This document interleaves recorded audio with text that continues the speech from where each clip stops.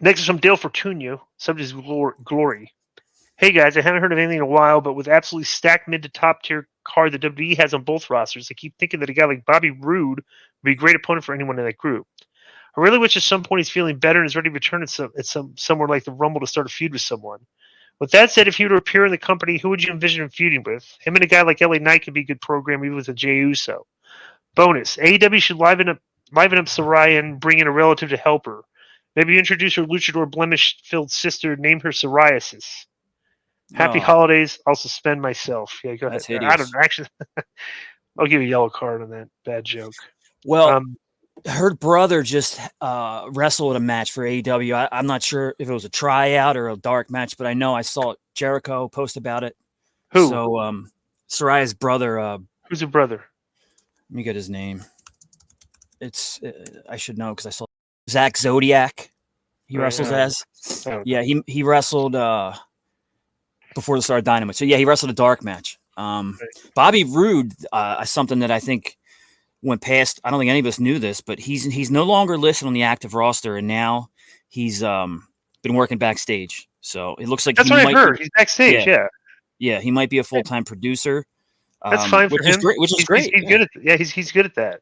Yeah, you know, I'm a huge fan of his work. Right.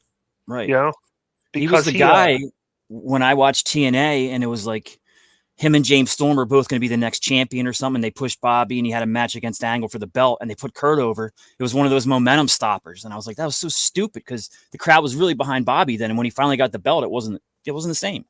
Right. You know, they lost his moment. Yeah. So next is from I like Beer Money. I thought those guys had good. Yeah, it was great. They were always entertaining. Yeah. The next is from the Frontiersman. Forward is the subject is Hardbody Harrison episode. Hey, howdy. A while back, you guys talked about doing an episode of the guest regarding the insanity of Hardbody Harrison. Will this ever happen? Maybe. Maybe. Next is from.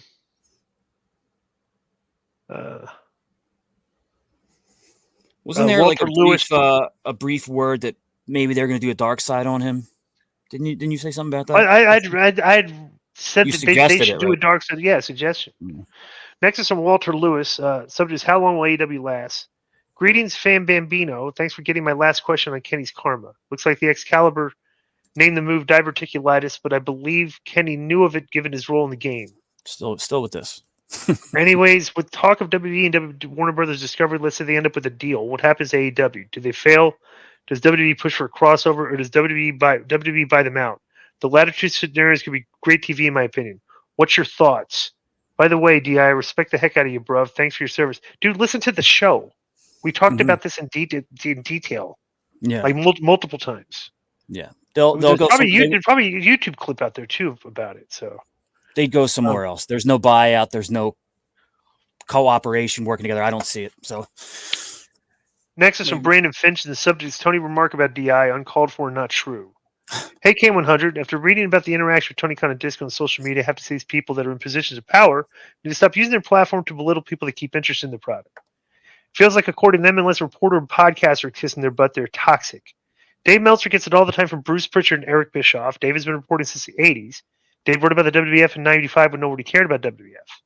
If Dave or anyone ever stopped, the promotion would say they were shadow banned and everyone was out to get them. The one thing these big company executives and former executives to remember is that when they stop talking about you, that is when you should be worried. I definitely think Tony Khan owes Disco an apology. Disco does multiple podcasts because he loves wrestling.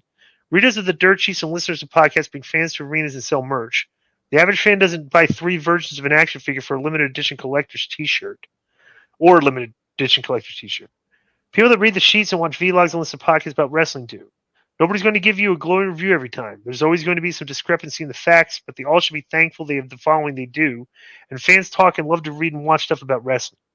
It is mutually beneficial, and the ego, I think, is the thing that gets in the way. It is not a parasitic relationship, it's a symbolic one. That's from Brandon. Hey, do me a favor, Joe. Yeah. So you can find this. Mm-hmm. But by the way, like how many... all these dirt sheets report on what Tony Khan said about me, but how many dirt sheets reported on my response? I saw one, and it was wrestling in. Do me a favor.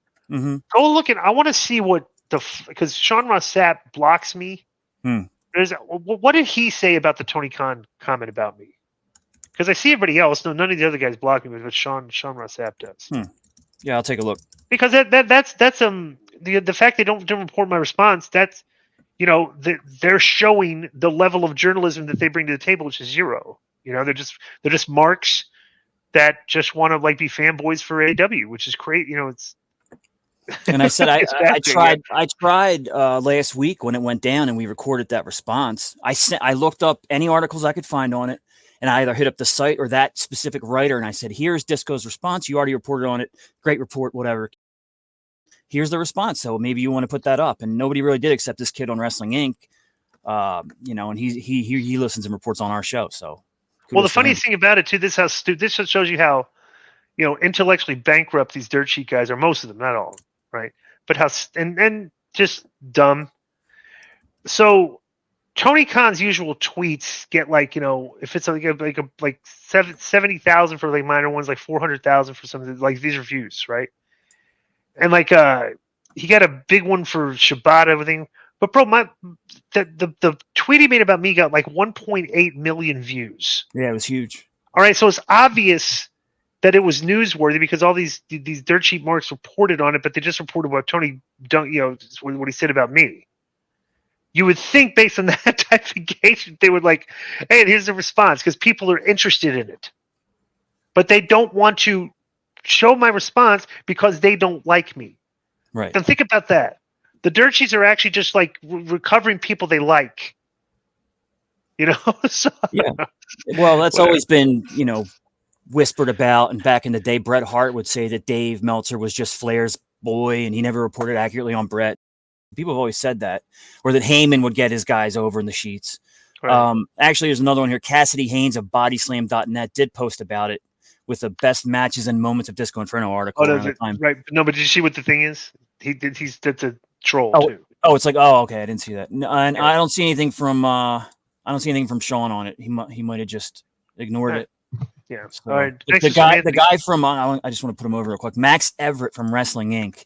did go ahead and report on your response, and so kudos to him. I mean, not that I really, whatever. No, I know, but I wanted to test it and see who. I was just testing. Well, you're just testing how good the journalism is, which is and they didn't, which is terrible. Yep. Next is from Anthony Hunt. Somebody's reigns won't lay down for Cody. K100 crew, greetings crew. Mad props to the greatest booker of the modern era, Conan. 2 questions: would WWE put a U.S. title on Carmelo Hayes or just a Grayson Waller to school? As we all know, Melo is money and Melo doesn't miss. Also, rumors are going around Reigns is not happy backstage that they want him to drop the belt to Cody at Mania. Have to be honest, Orton would be a way better choice than Cody. What do you guys think? Clearly, Anthony Hunt. P.S. Disco, your thoughts on Tony D'Angelo, the Don of NXT? The Tony, I don't watch NXT, but the clips I've seen of Tony D'Angelo is very invested in his character. So does very well. Does an excellent job at character presentation. Rumors going around Reigns is not having. What is that? Well, Anthony's a regular and a Philadelphia fella, so I'm just going to say that sounds like a rumor that like a friend told you, because there's nothing like that on the internet that I can see. Even not that makes it true, but that sounds like a rumor that was just made up, So. And nothing to show that there's people in the WWE right now that are not willing to do business and do whatever they tell you to do. Right. I haven't seen any of that, right. So. Next from Derek Mejia, and the subject is Dave and Brian fight. Hey K100, hey K Crew, did you guys catch a fight between Dave and Brian over the AEW run overtime? For once, I agreed with Alvarez on AEW need to fix the issues with the run over. I work offshore on an oil platform, so a lot of the times I record the shows and come back and watch the end later. To Brian's point, if recording, you miss the ending due to the run over. Dave believes it's the fans' fault because we should know that they will have a run over and record the following show. If WWE has run over, they set it in the time slot and records the whole show. And Dave says, well, AEW doesn't know if they will have run over, so it's the fans' job to figure out what the following show that comes on next is and should record that too. Half the time we don't know what shows come on next, and I have my DVR set to record all AEW and WWE shows. Because I don't take the time to find out what the show is next and record that too, and it's not my fault. It's my fault, not Tony or AEW fault. According to Dave, how do you guys see this? Thank you. From the middle of the Gulf of Mexico. This was one of Dave's worst moments in his what do you call it, the podcast or the show that you went on YouTube, right? YouTube, Bro, he has no. I mean, for a guy that's supposed to be an expert, dude, you have to hit your time cues. If you don't know your time cues beforehand, like that is the company's fault, the production of AEW's fault. You're supposed to have the show formatted out, and you hit your cue on time. They say, well, they don't know because the match. It's like it's a scripted wrestling show. Yeah. Like Dave was 1,000,000% wrong here. And the fact that he didn't know how that's supposed to work showed extreme level of ignorance of professional wrestling. And it's just it really highlighted that like anybody that's been in the business, okay, that's been to wrestling shows and you work behind the scenes of show, anybody listening to that was literally laughing out loud at how ignorant Dave was on the subject matter. And that Brian knew Brian knew exactly. Brian was 100% right and was just, basically reporting common sense. Now, the funniest thing, the worst thing about this is that, Dave probably talks to Tony. And if Tony didn't even know this, that's even worse. Like, you can't miss your cue. You can't just let the show go on. Right. You have to hit your time cues. So that's, I don't know. Dave, you're right, and you got to love Cornette because he did 20 minutes on this. I was just looking at it. It was funny too. I listened to it. It was hysterical. But as a wrestling fan since the late 80s when I was real young, and then the mid 90s when shows did run over, when I DVR a show, I do take notice, and I usually record it for 10 minutes extra. But that's just because I'm expecting maybe it's going to run over. But not everybody knows that. So to me, it was really an asinine argument, but of course, it should say 8 p.m. to 10:08 or 10:10, just in case if they have to. People's DVRs cut off, you will miss a finish. You got to record another 10 minutes. And if they're not telling you that, how are you going to know? Yeah. Next is from Matthew. Yeah. Okay. Next from Matthew Keaton. The subject is the last one is from Matthew Keaton. The subject is long-term storytelling. Hello, K100 crew. Thanks for taking time to look over this WCW kid's question. WCW seems to be re-engaged in long-term storytelling instead of aiming for the bi-weekly huge crowd reactions. The Bloodline story might be accused of dragging along, but it's been a high point of the show for years, and CM Punk is back, but he's not being placed at the center of every single show. Fans get to wait for big payoffs. Feels like WWE is trying to adjust audiences back to normal storytelling pace where big moments need time to build.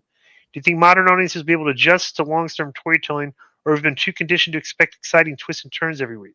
Disco Fever Forever, Matthew Keaton. Well, WWE is trending up in the ratings over the past year or two, which means you can do long-term storytelling because your audience is progressively growing. When you want to start doing hot-shotting TV is when your ratings start to suffer, and you have to sacrifice one of your bigger things that you would have liked to save for the long term, and you have to do it right away with less impactful storytelling, but a quick shock value factor. WWE does not have to do that right now at all, and the fans are with it.